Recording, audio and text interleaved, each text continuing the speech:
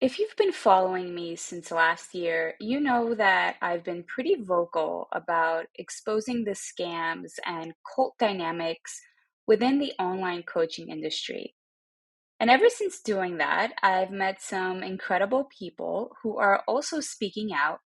And more than just a community, I've formed an allyship with them where we're sort of on the same mission to bring clarity to the murky waters of the online coaching space.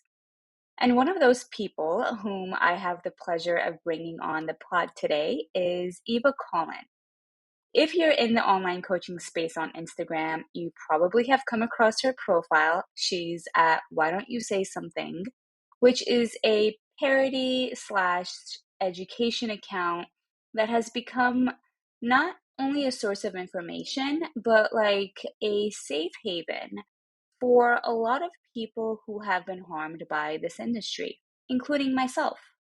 So her account has played a huge role, I think, in popping the cult of coaching bubble. And it's so great to finally get a chance to sit down and pick her brain about what she's experienced and observed in the 10 years that she's been involved in the coaching industry. Eva is a certified yoga instructor and health coach, and she's also a podcast host of Why Don't You Say Something podcast. So make sure to head over to her account on Instagram if you want to laugh your ass off and participate in some very important conversations about ethical coaching. Without further ado, let's dive in.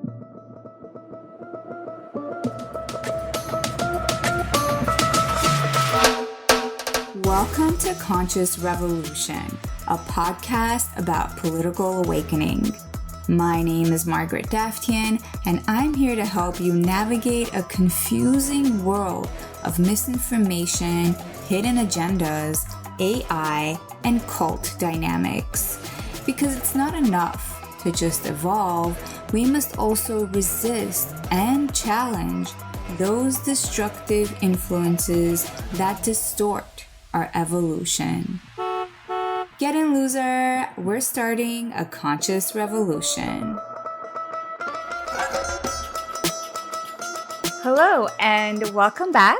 Today I am joined by Eva Collins. She is a fellow ex-coach turned activist and the creator of Why Don't You Say Something account and podcast where we speak up about the BS in the online coaching world. Because we're all wondering what the F is going on, as you say. And Eva was courageous enough to be one of the first people in the online space, at least that I saw, who was talking about this openly and pretty loudly. Her Instagram account last year was, I think, one of the biggest caveats to popping the cult of online coaching bubble because so many people had been burned by the coaching industry. And because you shared your story and talked about this, a lot of people came out with their stories, including me. Because up until that point, I had been raising awareness about the harm of like the new age spiritual industry in general.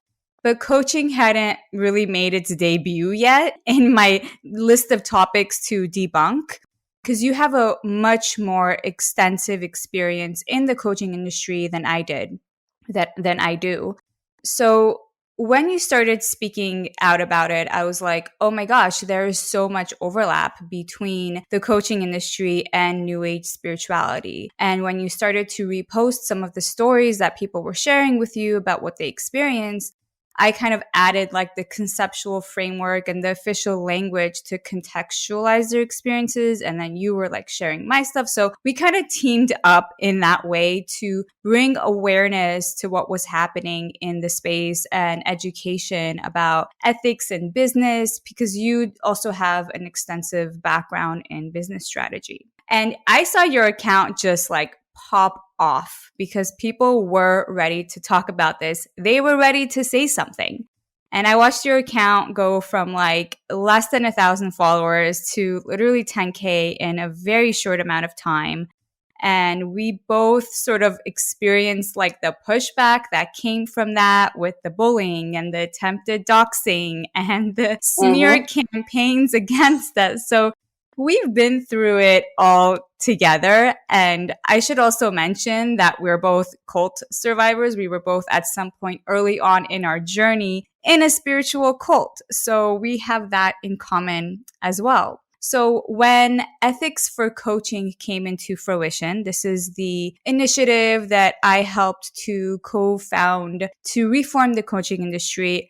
You were one of the first people that came to mind to bring on board. And now we are both part of this initiative. And even though the drama of it all has kind of calmed down since it reached height back in like December 2022, the activism continues. And I'm just going to quickly mention to our listeners here that if you are also someone who has been burned by the coaching industry or know someone who has or are aware of its problems and you want to learn more about our Ethics for Coaching initiative, please join our campaign to raise awareness of the standards of the coaching industry. And we're going to kind of kick that off with a town hall meeting that we're hosting on July 19th from 9 to 10 PST. And we're going to just introduce the team, the various initiatives that we have going on. And really what we want to do is just build a community around this grassroots effort to reform the coaching industry. Because as it stands today, it's still wildly unregulated, and unethical coaches, if we can even call them that. I prefer to call them scamfluencers. They're still out there. They're infiltrating the industry with their financial scams. They're still ruining lives. So if you're someone who agrees that coaches deserve to work in a professional industry and clients deserve the help that they need when they're struggling, please come to our meeting. The meeting is free to all, but it is by registration only. So I will drop the link in the show notes on how to register for that. So I just want to give a big warm welcome to Eva Collins. Thank you so much for being here. Thank you so much for having me. I'm so happy that A, I just get to see you and talk, but B, that we get to dive into these really big topics, issues, the things that have gone on, what we want to see. So thank you for having me. It's kind of wild to be here. And when you say back like, oh, what's gone on this past year? I'm like, life is so weird, and I never thought I would be here talking about these things, but I'm really happy that I am. So thanks for having me on. Yeah, I feel like we have so much to talk about, and this conversation is long overdue. Mm-hmm. So let's just start at the beginning. Just in case anyone listening to this is not aware of the cult of coaching, let's start by shedding some light on the dark side of the coaching industry by giving our listeners just a brief background, starting with what coaching is in the first place and why the industry has turned so fucking toxic, and kind of the wild, wild west nature of it all. So as someone who has a long-standing background in the coaching industry, as a former coach yourself who has also worked with a number of coaches, I'm curious to hear your perspective on what coaching is, what experiences you've had in the industry, and kind of what has led to this conversation that we are having today. Totally. So, first and foremost, I just always grew up being like, ooh, Tony Robbins or like Oprah self-help stuff. I was drawn to that, and for probably like good and bad reasons. Maybe I just actually needed therapy or to manage my ADHD and stuff, but I've always been what I call like a self-help, junkie.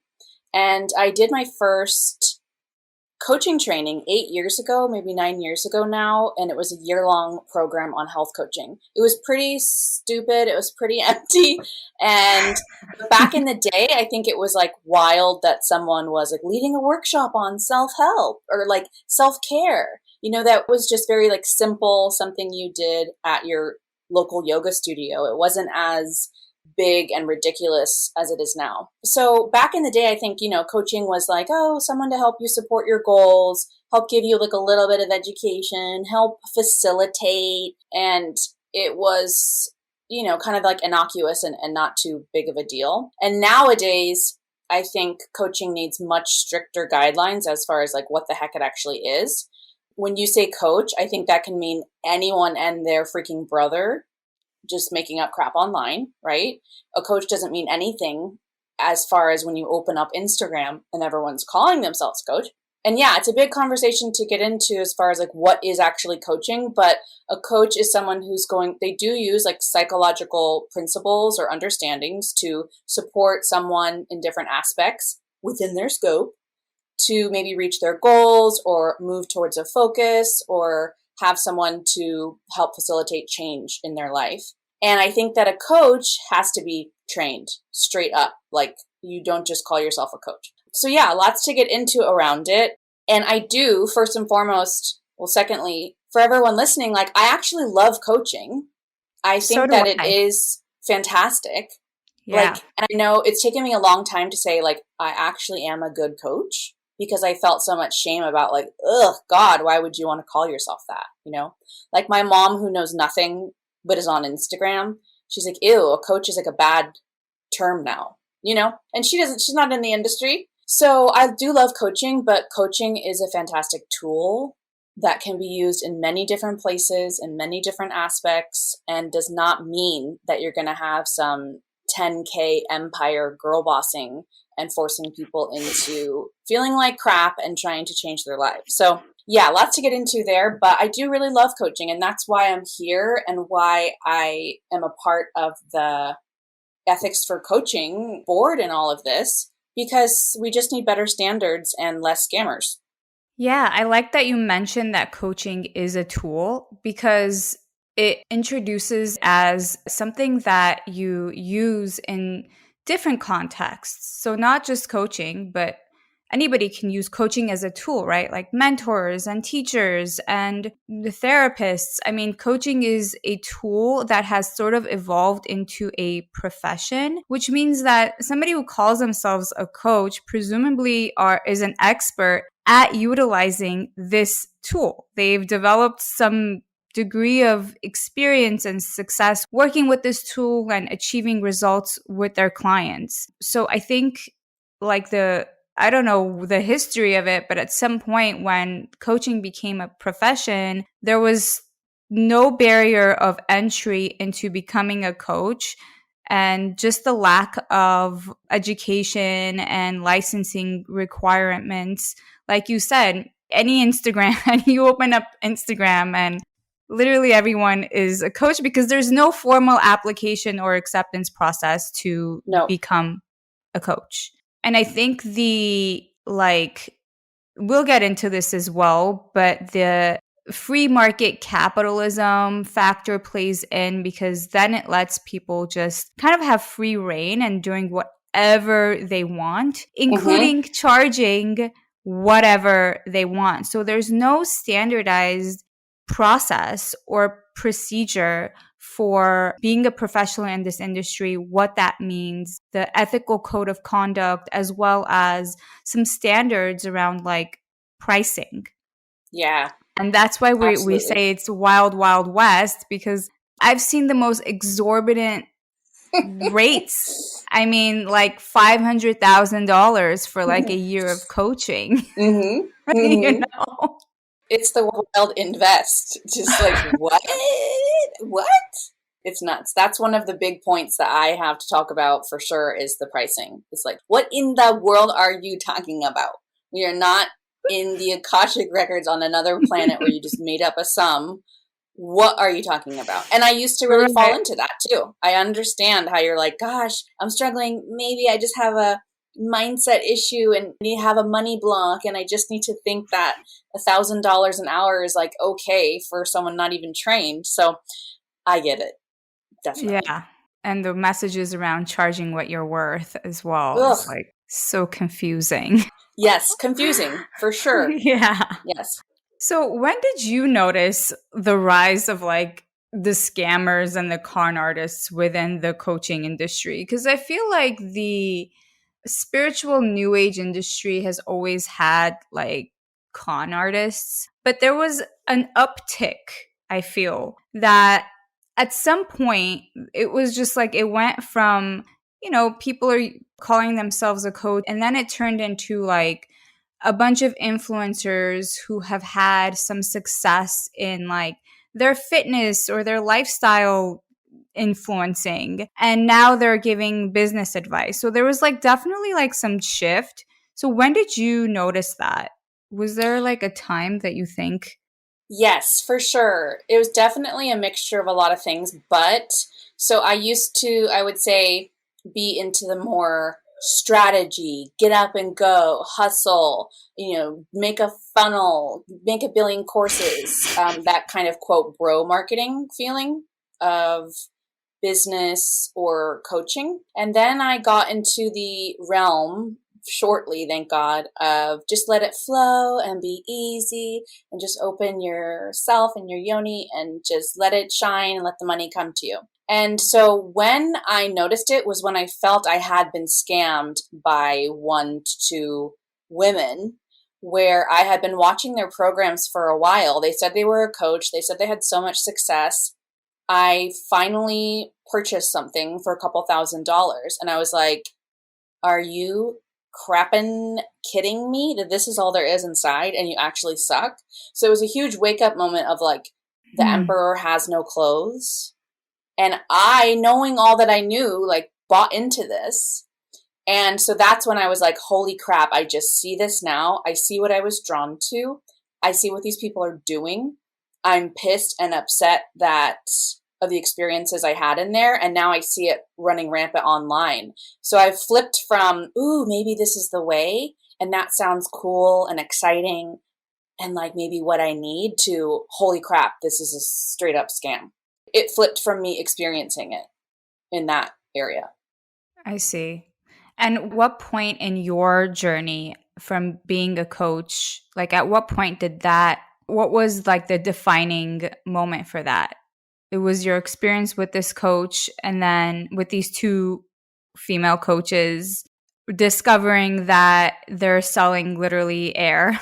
And then did you immediately start speaking out about it? Or how did that kind of unfold for you? Yeah, a good question. So I think it was kind of like different pockets of things kept bursting is how I would explain it. Like, oh, maybe the like bro marketing hustle course stuff isn't for me. And so I just don't like doing business that way. Like that would feel like it burst simply because I did so many launches and I just felt freaking exhausted and I didn't want to like write a bajillion emails to somebody. So it was like that pocket burst in a way. So, oh, let me move on to a different way of doing something and look into the feminine marketing stuff. And then like that burst, it was kind of like one by one Mm.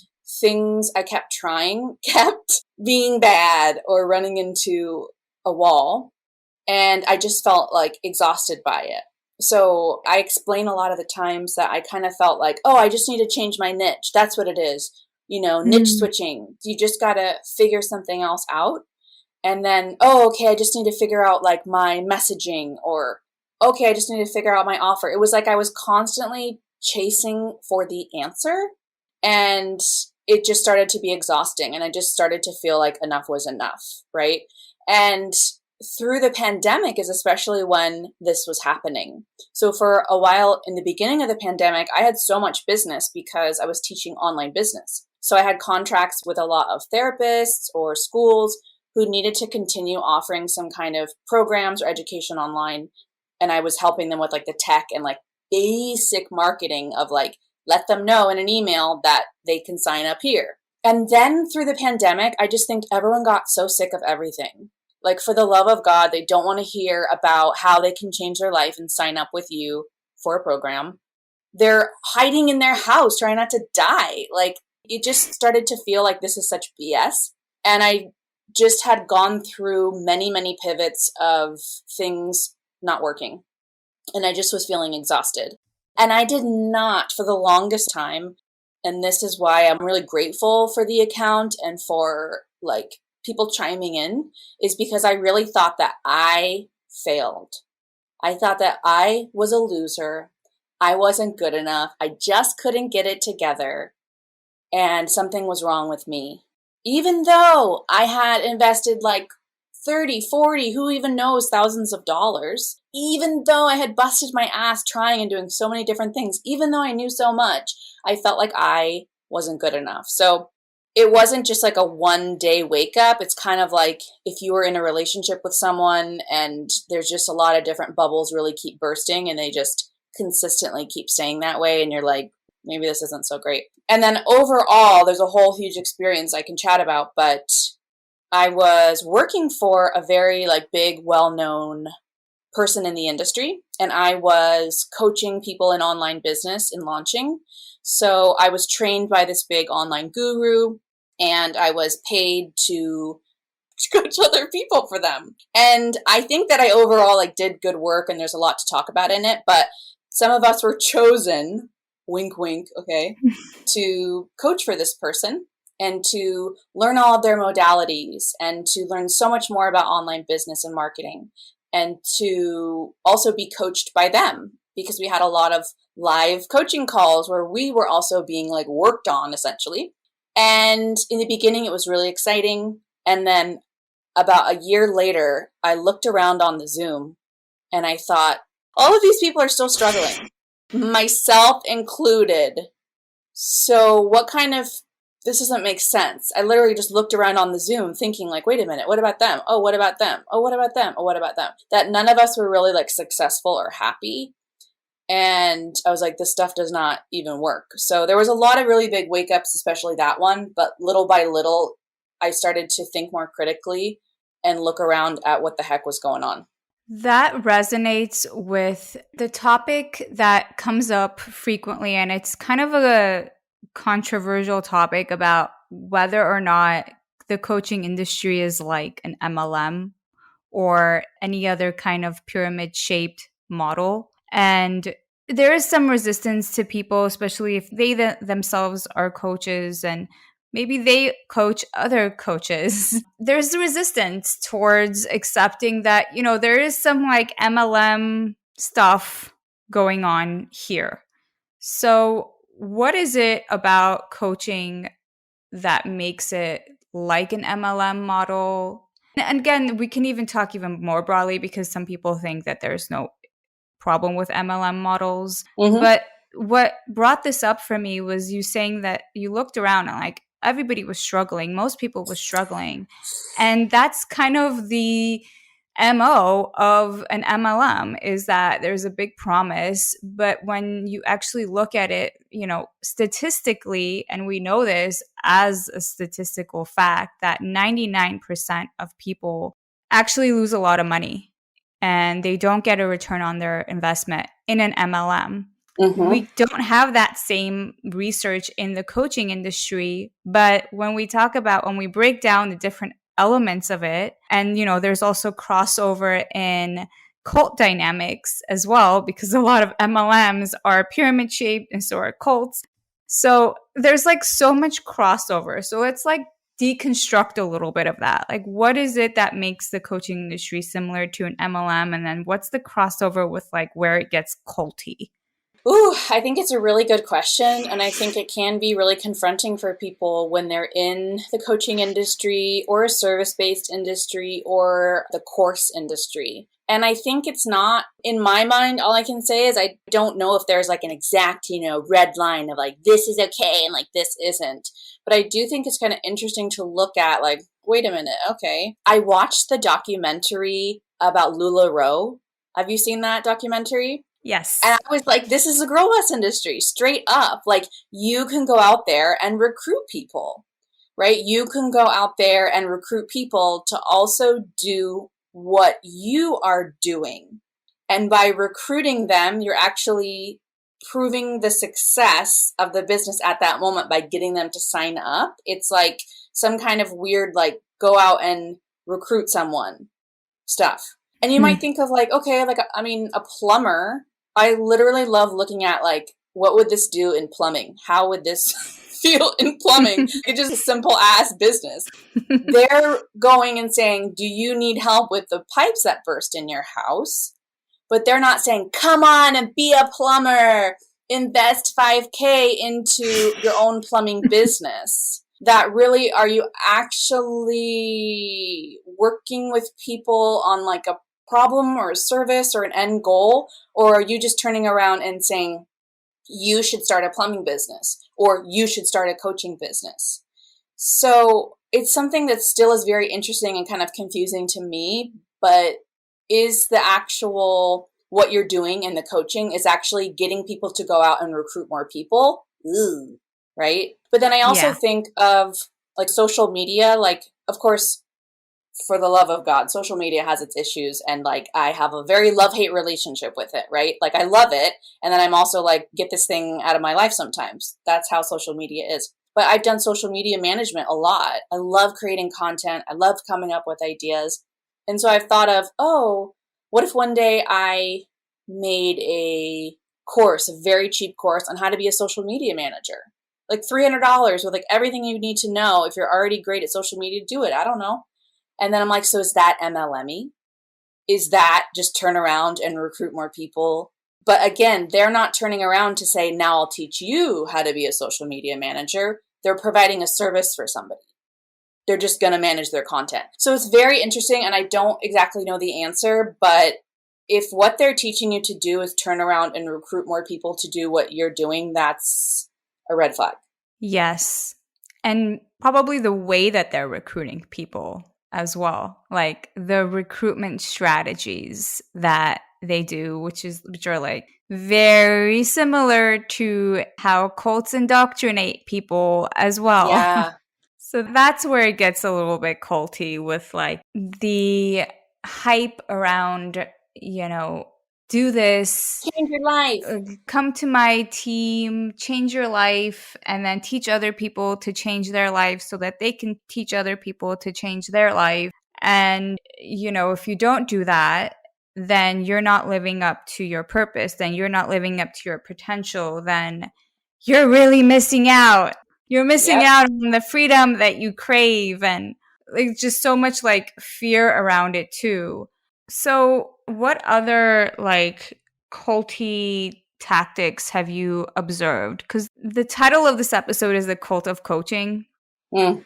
So, I want to talk about like some of the tactics that are kind of culty. One of them that we mentioned is the way that they indoctrinate and recruit people. And then the other one, you kind of touched on it when you were working with these two female coaches. One of them was, she was like in the position of authority. She was like the queen bee. And there's an expectation, from what I know, from what I've heard, that the person in authority is like, they're always right.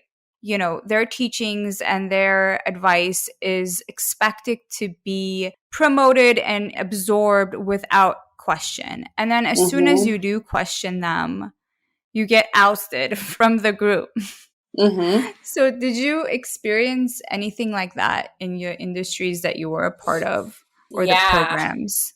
Yes, really good. And like when I hear you saying that, I hear one of the biggest red flags for me in what I experienced in a cult that I also see a lot in the coaching and course industry is putting your trust and belief into that person or into that framework or into that kind of like, ooh, big, course community rather than putting it into you. So you're saying like, oh my gosh, please, what are the answers? Please show me, please teach me. I just can't see for myself, because they literally are training you to turn to them and not question anything. And I think it's one of the worst, most detrimental things to teach someone to not trust and believe and check in with themselves, which, hello, I mean, of course you kind of think you'd want people to do that, but absolutely. Like I remember in the coaching world, working with big coaches, paying a lot of money, or being in really big coaching communities, kind of like big inner circle stuff. And like you were not allowed to question the leader. You weren't. It was seen as someone who has a bad mindset, someone who is Oof. negative, someone who is No closed-minded and vibe. not willing to grow or learn. Okay? And that is absolute BS. That is absolute BS. So that's absolutely what they do in cults. You're supposed to look to them, hang on them, and also feel very freaking lucky that they're paying attention to you and that they're giving you that learning, that teaching, that attention. So straight up, I mean, people will message me all the time. I know you've seen it. They're afraid to say something to a coach. They're afraid to speak up about an experience that wasn't good. And I know I've been there. You're like, ooh, I'm not even sure how or why, but I know I'm not supposed to question this or say something because you'll be ousted. So yes, what I'm saying is the focus is towards them, trusting, believing them as the authority and that they have more knowledge than you do or a special connection to something more than you do, which is BS. Not questioning anything. Ooh, do not even try and question. Do not even try and be negative. It will be turned around on you and you'll believe it. And the third is, well, I will be ousted from the community.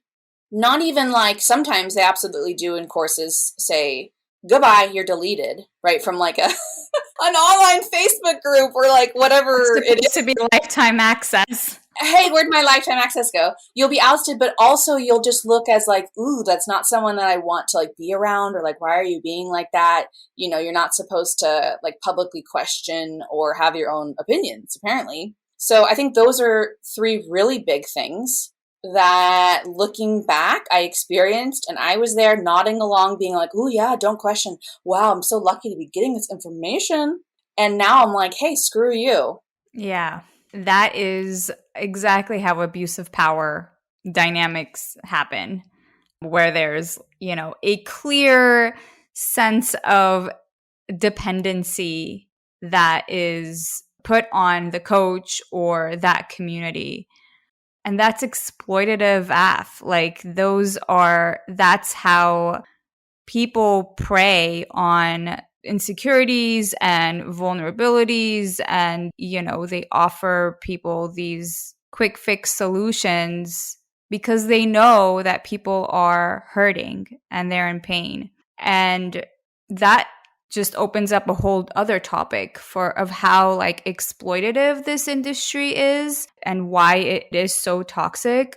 Mm-hmm. Because we've both experienced and observed the way that coaches sell their services. And before we even had language around it, because like you said, during the pandemic, there was kind of an uptick in people both pursuing coaching because they were like bored at home, they were hurting, and also these scammers and these predatory marketers offering solutions for people's struggles during that time. And then I think like online business scams kind of blew up because at the end of 2021, the FTC, the Federal Trade Commission, refunded like millions of dollars to people who had fallen victim to online business scams. So all of this sort of happened within like a year or, a year and a half.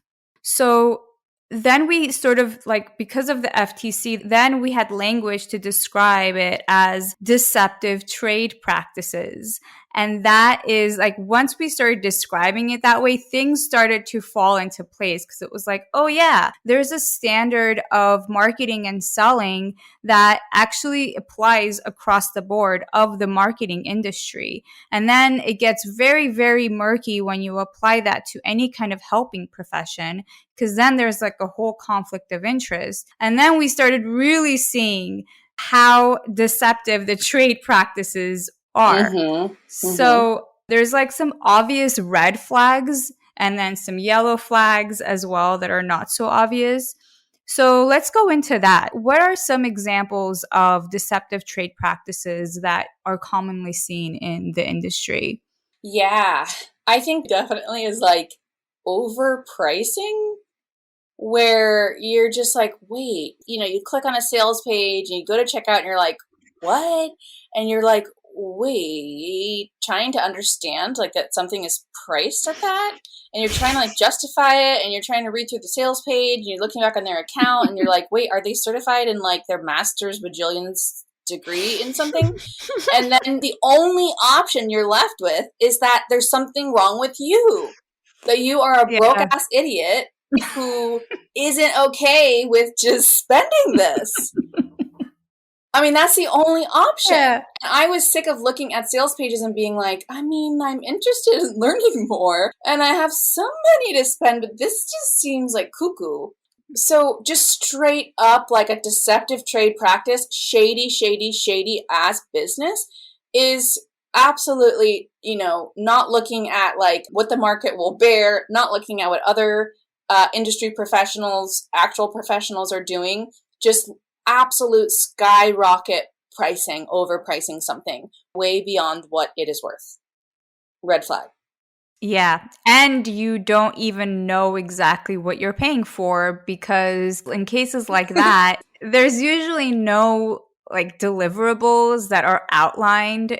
There's no structure to exactly what you're going to get at the end of the program. And a lot of it is just based on like the parasocial relationship that the coach has with you, that has been, ongoing for a period of time, because we're in this weird online space together. And the way social media is set up is the influencer is like talking at you and showing parts about their life and, being vulnerable. And then once it gets to the point of trusting someone to, deliver value, you don't even think about it, because you already feel like this person, you trust this person, you have a relationship with them, and you're likely to trust your friends when they say, hey, this is really awesome, this is going to help you out. So there's no question about it.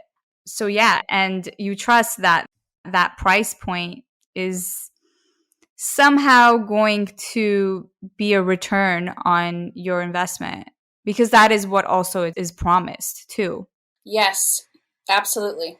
Like the return on investment is usually phrased as, when you take this, when you invest 10K, you're going to get 100K back. Mm-hmm. You're going to be able to make up that money, which is exactly what MLMs do, by the way. Yes, yes. And even like, if I think of like skincare, if I'm like, oh dang, okay, this entire skincare regime is like $2,000. Well, therefore, I'm like, dang, my skin's gonna be amazing. It's gonna be glowing at the highest level, or you're gonna bajillions of dollars on Botox or something. You're like, well, because that's how good I'm going to look, or how much results I'll see. So like, we kind of think that like, if I go to the grocery store and I fill up my cart, in general, the more I spent was the more I got home in groceries. So it's like, no, you actually, there's nothing in there once you're in there. And no, the amount that they're charging is the amount that you get back.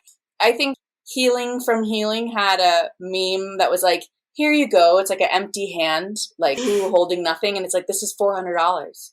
And you're like, is anything in there? No. So absolutely, it's really tricky. And I think it's so, so shady, because they are not only telling you to purchase with them and spend that money, but to turn around and do it yourself.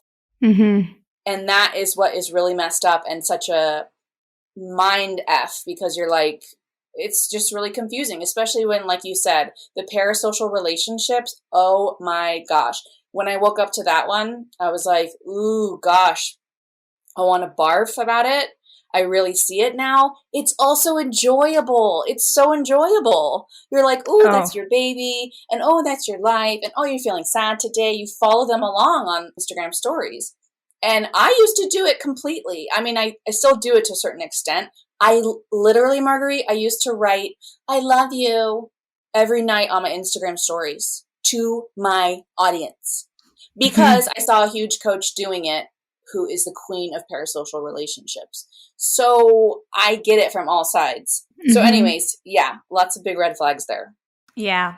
And when they charge an exorbitant amount like that, they have to make a false promise. They have to falsely advertise something. They have to use their success story, highlight their success stories while leaving out all the failed stories or all the times that, people criticize them. And that is one of the biggest deceptive trade practices across all industries, is false advertising, like straight up. you are promising something, you're exaggerating the result, and then you're like way under delivering. That is a scam. Mm-hmm. Straight up. And then when you're dealing with the spiritual world, mindset, self-improvement, business that's just a bit more up in the air and harder to pinpoint around something, people don't want to say, hey, this didn't work. I didn't get my money. Because they just think there's a flaw with them. They must have missed something. They must have not done something. They must have not gotten it right. Must have not gotten the codes. Versus, let's say you hired a plumber, you spent 10,000. Yeah, you didn't get the codes apparently. But like versus a plumber, if you spent $10,000 and the pipes are leaking through your ceiling, you shout from the rooftops, heck no. But people don't want to do that around self-improvement, their own business. It's like, well, they didn't even come in my house and do anything. I must have not implemented right. I must have not understood. There's just so much more shame about saying that it didn't work. And then another rabbit hole is you especially don't want to say that when you are in turn talking about how successful you are, when you're trying to enroll people to sign up with you. I mean, the whole thing just creates a be quiet and keep it going and there must be something wrong with you. So anyways, big deceptive practice there. Yeah, no, I think that's a really important point. I mean, that is the crossover between spiritual cults and online coaches who use spirituality or religious principles or loosely self-help to sell, because that is a form of manipulating information, behavior, emotions to sell something. And then when that result is not what people were expecting, if somebody is already, because this is like spirituality is such a vague and, what's the word I'm looking for? Elusive, like ethereal. Elusive, yes, ethereal topic, that if somebody's already feeling, let's say like they already feel like they have some bad karma or something, they want to like clear some karmic energies that they think is holding them back, and then they enter a coaching program and then they don't receive the results, they're already by default going to think, especially if the coach reinforces that it's their bad karma or it's their energetic blocks or it's their vibration. And that in itself is already like, venturing into spiritual and emotional bypassing or gaslighting. Like you were gaslit when you said that you thought it was your problem. Like you had done a million things and you switched your niche and you switched your type of coaching and all this stuff. And then you ended up thinking that it's your problem. It's like you are gaslighting yourself because you had been gaslit by the coach who was gaslit by the entire industry. So there's a lot of like emotional and spiritual bypassing and gaslighting that goes on that makes it like not so obvious. That's when we go into like the yellow flag of it all. So what are some other, not so obvious yellow flags? So I think from being in a cult in person, maybe like 10 years ago, and also I feel that I was in an online coaching cult, both things that tended to happen was that I started isolating myself from anyone who wasn't in that same community. I started hanging out with and only speaking to people who like got it, people who were on the same path, people who were learning what I was learning. So you tend to feel like, ugh, my family doesn't get it, or they're negative, or I only want to like talk to and hang around people who are excited and going towards the same thing as me. And you kind of start to feel almost like elite about it, or that these people just are choosing not to get it, And that literally happened to me online. I was just like on Zooms all the time with my internet friends. I was like talking, I had just like besties. We did see each other like a couple times a year, which just sounds very weird in that way. But seriously, you get it. You create communities online where that's who you are talking to or connecting with or reading what they're posting or in that loop. And you tend to isolate yourself from people who aren't in those communities. Yeah, that's a really, really big one. And coaches that encourage this as well. I've seen people use that line a lot on people. Like, there's going to be people that don't get it, and that's Mm-hmm. okay. You know, you can distance yourself because they're just going to like hold you back. And when you're on this spiritual ascension journey of transformation, you got to let go of all the baggage, you Yeah. know? People who are holding you back. Yes. Guilt tripping and shaming, lots of that going on that I Mm-hmm. have here, shaming people for having objections. You had a Yeah. really good story series a little bit ago about how, and this is a controversial one too, because I know a lot of coaches swear by NLP. This is neuro-linguistic programming. It's a method of using language. I've never used it, so I don't know. You can probably explain it better, but it's using language to help people shift out of a certain mindset. It's a lot of like mindset shifting. And then there's a very fine line between when are you shifting your mindset and when is it like a thought reform technique, which is super Mm-hmm. culty. And that's what Mm-hmm. cult leaders use, is thought reform to shut down critical thinking with certain cliche or like thought terminating tactics, like, you know, something like everything is happening for your highest good. And when you're experiencing something, you're having some sort of struggle, and the coach says, well, it's, you know, it's for your highest good. Or if you're getting triggered in a Yep. coaching container and they're saying, oh, it's a sign that you're healing, you know, Mm-hmm. because you're meant to be here. So at what point, maybe you can shed some light on this, because I know that there's some gray areas here, because I know people use NLP and they like it, and I'm sure in certain contexts it works. But I also have an issue with the fact that it's one of the most widely used techniques for thought termination and thought Mm-hmm. reform. Yes. I loosely learned about thought termination kind of after the fact, how literally the coaching program, the coach, the cult will say some stuff or have a saying that maybe seems pretty chill and easy, but actually is getting you to not question, not critically think. So it could be, in the One Taste cult that I was in, they talked about basically like learning a lesson or getting off on every experience, that every experience should be taken as like a positive or a lesson or a way that you could enjoy it. Okay, Mm. probably in a couple circumstances that could be true, but when you're telling yourself like enjoy every experience, like, ooh, how could I enjoy every experience, you're gonna mess yourself up in a lot of situations. That's very dangerous and creepy and bad. But it worked for them because we kept going thinking I need to enjoy every experience. Okay, Mm-hmm. so Mm-hmm. NLP is, I don't even remember the whole history of it. One of the things I'm really looking forward to doing on my channel is having my good friend come on, who I knew in the online business cult, and she was an NLP trainer. And she also woke up to it and hasn't used it in a year and a half. And so we trained together in NLP, and we also want to talk more about it. But it's like taking like psychology and semantics and thought stuff, and it's a whole system of how you can attack a thought from so many different levels. So could go on about it forever, but I would definitely say if people are using thought reform, trying to switch your thoughts, trying to turn around your thoughts, that is a red flag. Because again, if you talk to a plumber and they're like, okay, it's going to be $3,000 to redo this thing, and they start talking to you about your mindset, you like, what? Like, it just has nothing to do with my mindset, right?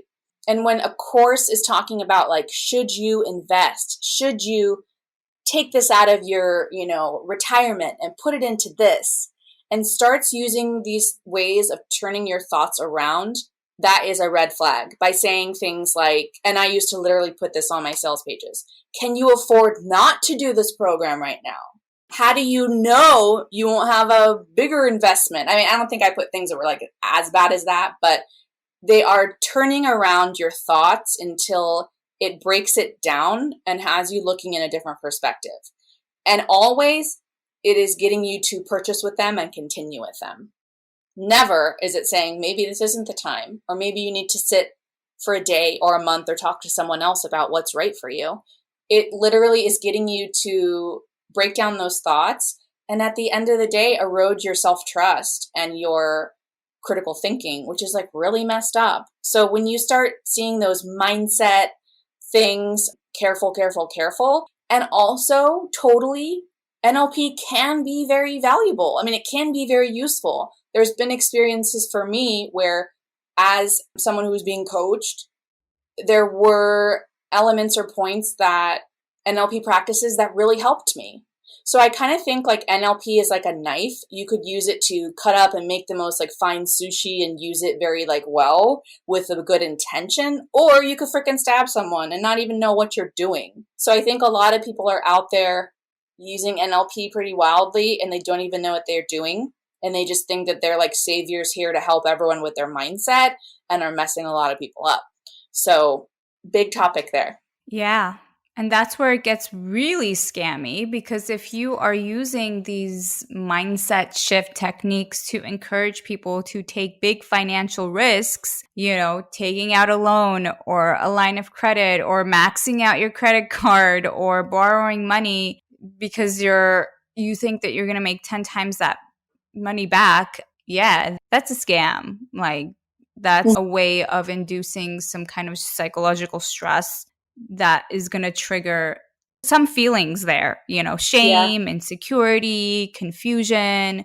And then you're given the message that, you know, you charge what you're worth. And so they're charging what they're worth, and people who are worthy invest in themselves, and you can't have success if you believe that you're not worthy. So it's like, it just becomes this like loop, and you get easily caught up. And I know a lot of people have. So let's talk about some green flags then. What are some ethical ways of doing coaching and being in the coaching industry? Yeah, I mean, I'm excited to hear what you think. And I know, shout out everybody, go check out Ethics for Coaching Handbook, because, oh my gosh, I'm so grateful to you and to you folks who've put it together. I mean, you could just, wow, run through so many fantastic things to look at and green flags. But for me, being someone who has been in the coaching industry, I mean, not actively in the past couple years, but been in the coaching industry for like 8 years, and someone who's coaching other coaches, number one green flag is make sure that you are actually well trained and certified. Now, I know that there's programs that are absolute BS, and there could be anyone calling themselves a certification. But if you want to be using you mean that those tool, $7 weekend $7. certification programs are not legit? $7 on Udemy. Here you go. No problem. You are done, right? But I can't believe how many people are coaching without any training or learning on the topic or certification. So actually doing that from a well-respected company, establishment, you know, maybe IFC. I'm not IFC certified, but maybe one day I'd look at it. But my point is, being trained, I see. probably a good idea. Yeah. You know? And probably continuing education as well, because therapists have to do that. Yes. And then are we thinking like green flags for someone in business wanting to coach, or people who are like, ooh, I want to sign up with someone? What do you think? Both? Yeah, I guess both. Right? Yeah. Someone trained and qualified, okay, either working with them and being able to ask them, what's your training and qualifications, and not having them try and shut you down. Okay. And then if you're coaching people, be trained and certified, be educated. That's probably good to do. The second green flag, I would say, is to have pricing that is like good and normal, and maybe even some points where it's accessible for people at different levels. I mean, when I talk about pricing accessibility, people flip out on me. They flip out on me. And I'm like, that's cool. That's interesting. Yes. They're like, what do you expect me to live in the gutter and only charge people $20 an hour who, you know, but I'm saying the green flag is have your services be accessible. And that might even look like offering one scholarship a month, one session a month to maybe a marginalized group of people or whatever you want to do. I'm saying if you only have $5,000, $10,000 packages or only a high ticket, naturally, many people cannot access that, cannot get any help or work with you. So can you offer like an ebook? Okay, start with anything that makes it accessible for them to get any information or help with something. Can you look at a scholarship? Can you look at doing, what's the word, sliding scale? So green flag is have some flexibility in the pricing, have it be accessible, and have it be something that is like industry standard around other professionals. I know I said a lot there, but definitely a green flag in pricing, I think, is a big issue because people It wouldn't is, feel so yeah. scammed if they didn't spend 4 times the amount on something and then be trapped in it. That is an issue, and I don't know how that's going to really get resolved because again, Yeah. we are in free market capitalism and people they can charge whatever they want. I mean, that is Mm-hmm. allowed, and as long as people are willing to pay a certain price, then that becomes a market standard. And the coaching industry already has its own market rate that's been Yeah. normalized. That is only Yes. unique to the online coaching industry, not even like the Yes. coaching industry as a whole, but the online space itself. So it's like market and demand or supply and demand. You know, if people are still buying it, then that itself is going to determine the market rate. So what we need to do, I would Mm-hmm. love for people to just not buy it and realize that that money that they're spending is totally inflated. It's an inflated price. Unless you have the money to spend, fine, right? You can Mm-hmm. spend your money however you want. It's just like a lot of coaches do the luxury comparing, right? But people walk into Bloomingdale's and purchase whatever Yeah. they want. It's like, first of all, you're not a luxury good item or a department store. People are coming to you because they're like upset, hurt, traumatized, whatever, facing Yeah. some psychological or emotional crisis.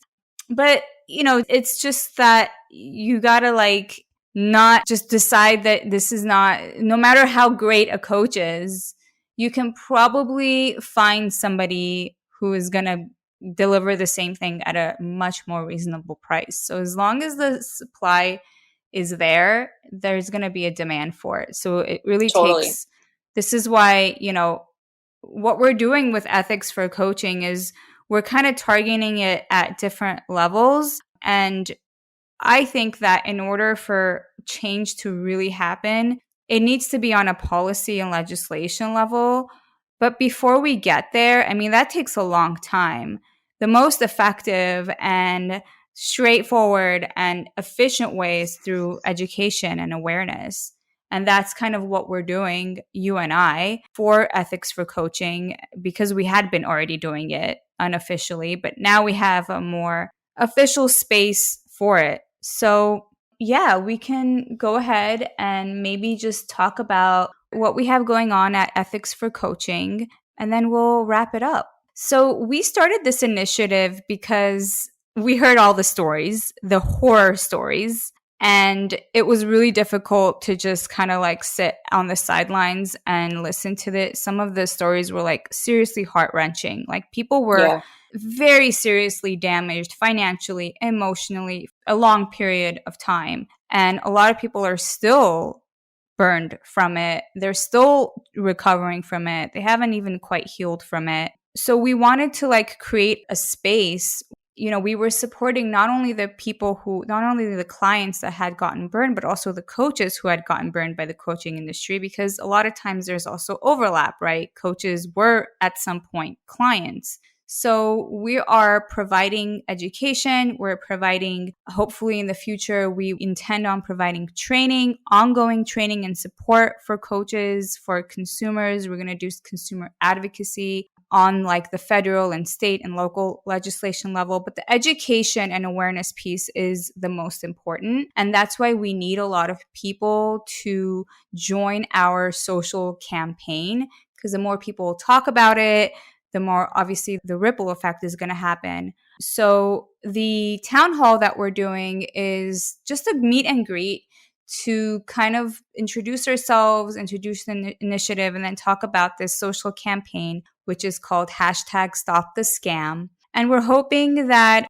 The more people can jump on this campaign and spread awareness, spread the word, slowly, there's going to be a shift in the standards of practice, and it's going to push the scammers out. And it's going to let the professional, ethical coaches actually do their job in peace. And then people can feel safe in the coaching industry, navigating that labyrinth of like, is this a scam? Is this a cult? That's going to it's not going to completely go away. Obviously, that's not the point, but it's going to mitigate some of that harm. So we're happy to have this initiative, and it's great that, we're actually taking some actionable steps, because last year was a lot of just screaming into the void, which was helpful in its own way, just felt really cathartic. A lot of people were seen and validated in their stories, and it did raise a lot of awareness, but now we're actually doing something more actionable. So that's really exciting. And I'm really happy that we both teamed up for this. So I like to end my episodes with some kind of word of encouragement to people, perhaps those who are struggling with leaving the cult of coaching or navigating their way through it. What words of encouragement can we give folks? Yeah, I think I would really say that I don't want people to think that whatever they've experienced or wherever they're at is their fault or a lack or a flaw in them, because that's just not true. So, don't blame yourself or gaslight yourself, because that kind of shame and then that kind of secrecy is what fuels all of this. And that's exactly how I thought. So I don't want people to feel that way. And that you can make a difference. You can say something, whether that's anonymously, whether that's through a comment, whether that's through even mentioning it to a friend. Say something about what you think is right or wrong. And really, it's okay to trust your own conscience, So don't blame yourself. Say something on whatever level you feel is right for you, that you can trust yourself. And lastly, you don't have to throw your passion, if you like to coach with people, if you like to teach yoga, if you like to do Reiki, I don't know. You don't have to throw it in the gutter and think that it's all crap. We're just saying, how can you do it in a way that feels professional, that feels ethical, that feels balanced and appropriate for everybody involved? So really, it's okay to take a break from it, to pause, to question, and you don't need to throw the baby out with the bathwater, because I tried that too. So I hope that people will still continue to, even if it's once a month or 1,000 times a day, offer or work with people in their profession or their service in a way that feels good, especially through the things that we're trying to bring awareness to or teach or collaborate on. So that's my 2 cents. Thank you so much, Eva. Thank you. Thanks for having me, and more soon, huh? Thanks so much for listening to this episode. If you enjoyed it, please make sure you're subscribed to this podcast, and if you share it on social media, don't forget to tag me at Seek with Sarah. For my ebooks, courses, or to work with me one-on-one, visit my website, seekwithsarah.com. I appreciate you hanging out with me. Thanks for pressing play. See you next time.